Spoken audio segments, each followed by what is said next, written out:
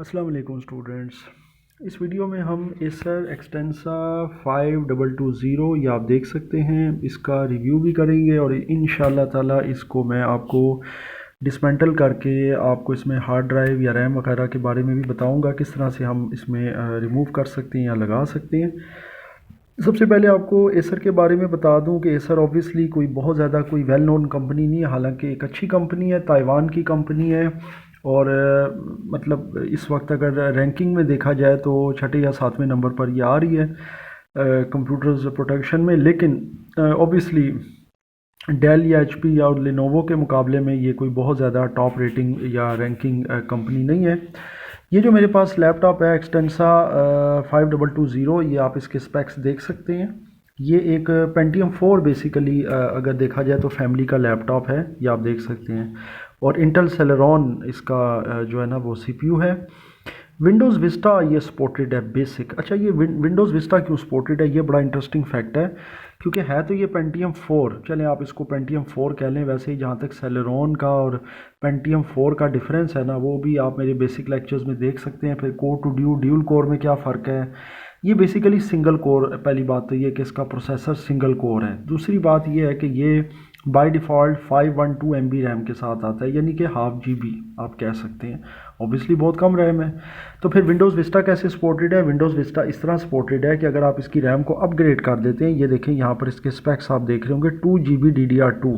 तो जब 2GB DDR2 आप इसमें इंस्टॉल कर देंगे, एक रैम या चाहे एक GB की 2 रैमें आप इसमें इंस्टॉल कर दें, तो फिर आप विंडोज़ विस्टा बेसिक इसमें इंस्टॉल कर सकते हैं। अदरवाइज़ इसके अंदर विंडोज़ 98 या विंडोज़ XP जो है ना वो बेहतर थी। अच्छा जी, बाकी इसका आप ये फ्रंट व्यू देख सकते हैं। एलसीडी का एक अच्छा व्यू है और यहाँ पर आप इसके कैमरा भी देख सकते हैं फ्रंट पर। और बाकी इसके हिंजेस भी ज़बरदस्त हैं। लेकिन ये लैपटॉप इस वक्त जो है ना को बहुत अच्छी कंडीशन में नहीं है क्योंकि ये ज़ाहिर है मेरे पास पड़ा हुआ था गोडाउन में, स्टोर में, तो मैं वहाँ से ले आया हूँ। मैंने कहा चलें ये आपको दिखाते हैं, आपके साथ शेयर करते हैं इसके बारे में। इसके फ्रंट का पहले मैं आपको दिखाता हूँ, या पहले मैं ऐसा करता हूँ कीबोर्ड के हवाले से। कीबोर्ड इसका बड़ा इंटरेस्टिंग था जी, एक कर्व्ड शेप में कीबोर्ड आप देख सकते हैं। एक बड़ा ज़बरदस्त ये इसका लेआउट है। इसके साथ आपको लेफ़्ट साइड पर ये हॉट कीज़ नज़र आ रही हैं, जो कि हर की जो है ना, ये हॉट की जो है वो एक डिफरेंट फंक्शन परफॉर्म करती है। प्रेस करने से कोई एक्सप्लोरर ओपन हो जाता है, ईमेल ओपन हो जाती है, या कोई अंडू वगैरह परफॉर्म हो जाता है, कोई सर्च परफॉर्म हो जाता है, यानी डिफरेंट फंक्शंस हैं। बाकी ये कीबोर्ड है और ये भी इन्होंने कोशिश की थी थोड़ा वाइड कीबोर्ड दें और इसमें आपको डिफरेंट फंक्शंस और ये सारी चीज़ें। फिर अगर माउस की तरफ आएँ तो माउस भी बड़ा इंटरेस्टिंग है। ये इसका माउस पैड है। ऑब्वियसली कर्सर को मूव करने के लिए XY एक्सिस पर ये लेफ़्ट और ये राइट कीज़ हैं। और इसके अलावा ये देखें इन्होंने नेविगेशन कीज़ यहाँ पर भी दी हुई हैं, टॉप बॉटम लेफ़्ट राइट। सो ये एक और इंटरेस्टिंग आप देख सकते हैं कि ये भी स्क्रॉलिंग के हवाले से इन्होंने एक बटन इन्होंने फालतू दिया हुआ है। अच्छा जी, अब इसको मैं फ़िलहाल तो क्लोज़ करता हूँ और आपको इसका फ्रंट व्यू दिखाता हूँ। ये देखें, फ्रंट व्यू के ऊपर आपको ये 2 अदद बटन नज़र आ रहे हैं और यहाँ पर ये एक ब्लूटूथ है और एक ये वाईफाई है।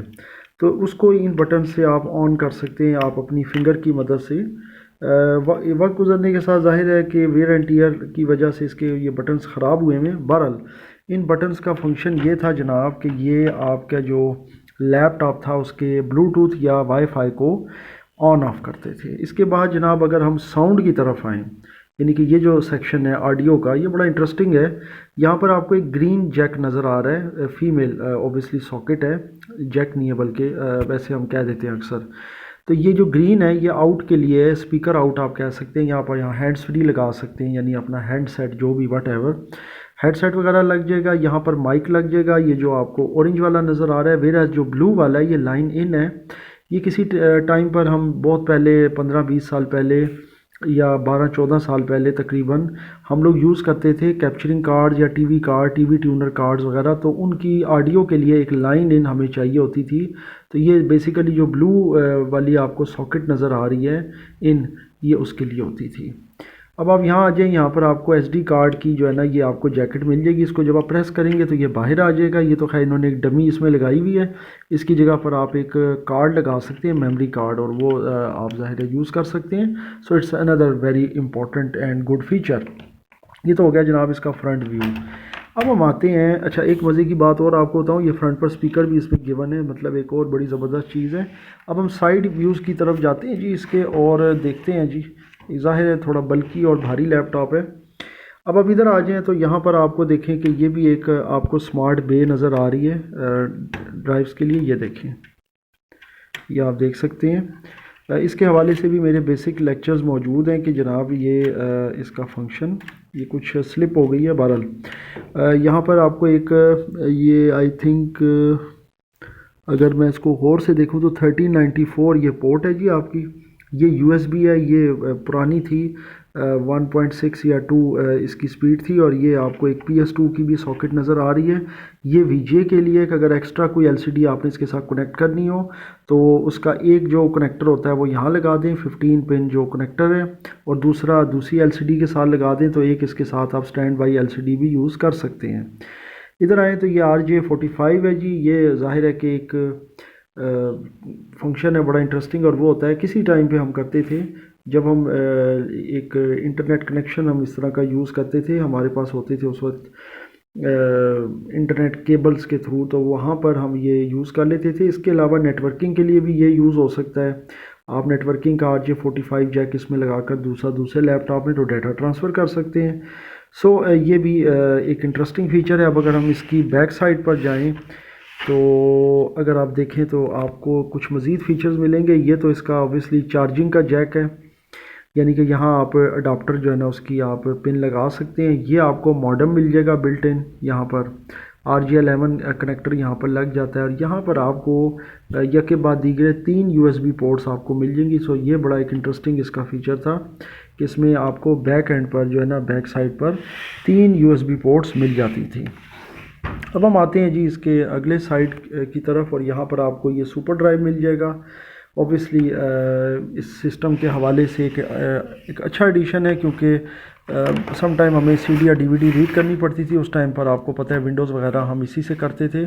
अब इसको हम ओपन करेंगे जी, और इसमें देखते हैं कि हार्ड ड्राइव कहाँ पे फिट होगी, रैम कहाँ लगेगी। तो इसके हवाले से आपको मैं ये बताता चलूँ, इसको थोड़ा ब्रॉडर ले आते हैं कि ये जो इसका सेक्शन आप देख रहे हैं ना, यहाँ पर आप इसको ओपन करते हैं और ये फिर इसका जो है ना वो ओपन हो जाता है सारा। अच्छा, अब इसमें ये करेंगे हम, इसको एक दफ़ा फिर थोड़ा सा इसको घुमा लेते हैं ताकि मज़ीद आपके लिए इजी हो जाए। अब ज़्यादा बेहतर हो गया है। यहाँ से डिफरेंट स्क्रूज़ होते हैं जो मैंने पहले ही रिमूव कर दिए हैं ताकि ज़्यादा वीडियो की जो है ना वो तवालत ना हो।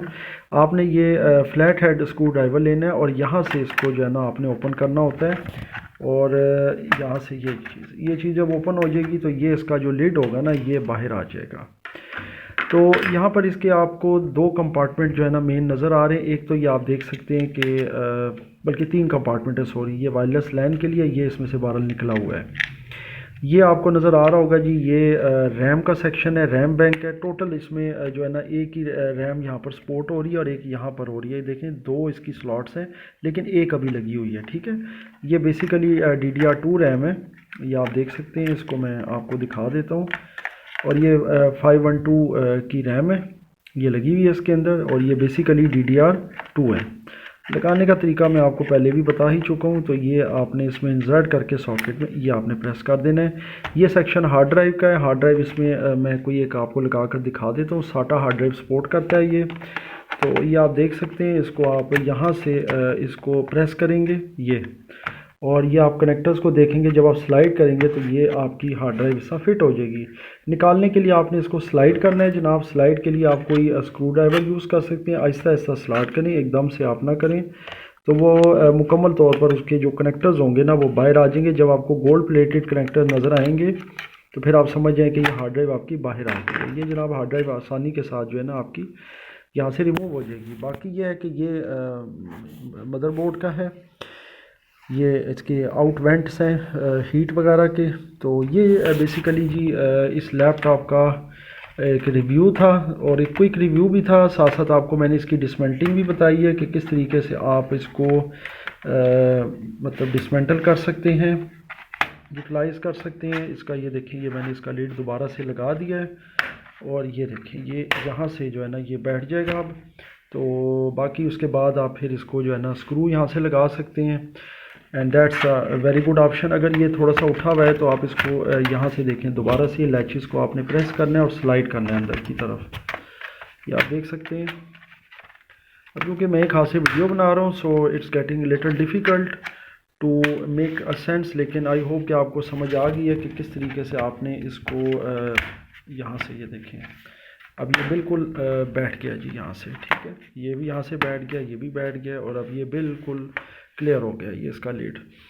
सो आई एम श्योर आपको इस लेक्चर में इस लैपटॉप का रिव्यू प्लस इसकी डिसमेंटलिंग और सारी मालूमात आपको समझ आई हैं। और इसमें अगर किसी किस्म का कोई क्वेश्चन हो या अगर आप किसी लैपटॉप का रिव्यू लेना चाहते हैं, उसके बारे में इंफॉर्मेशन लेना चाहते हैं, तो वो मुझसे आप ज़रूर डिस्कस करें। इसके अलावा अब हम इसके लास्ट एक पार्ट की तरफ आते हैं इस वीडियो के, और वो ये है कि ये जो लैपटॉप है एसर, वैसे तो खैर ये तो पेंटियम 4 है, इसकी तो अब ज़ाहिर है कि कोई ख़ास मार्केट नहीं है, एक ऑब्सलीट वर्जन है।